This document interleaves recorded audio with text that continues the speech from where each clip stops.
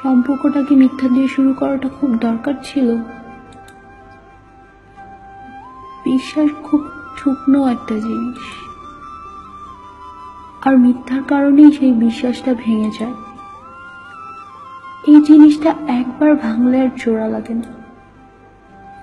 বিশ্বাসের সাথে সাথে সব কিছুই হারিয়ে যায়, আর সেই সাথে হারিয়ে যায় সম্পর্কটা, সম্পর্কের সাথে জড়িয়ে থাকা সেই মানুষটা।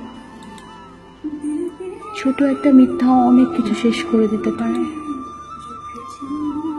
সম্পর্কটাকে মিথ্যা দিয়ে শুরু করা খুব জরুরি ছিল।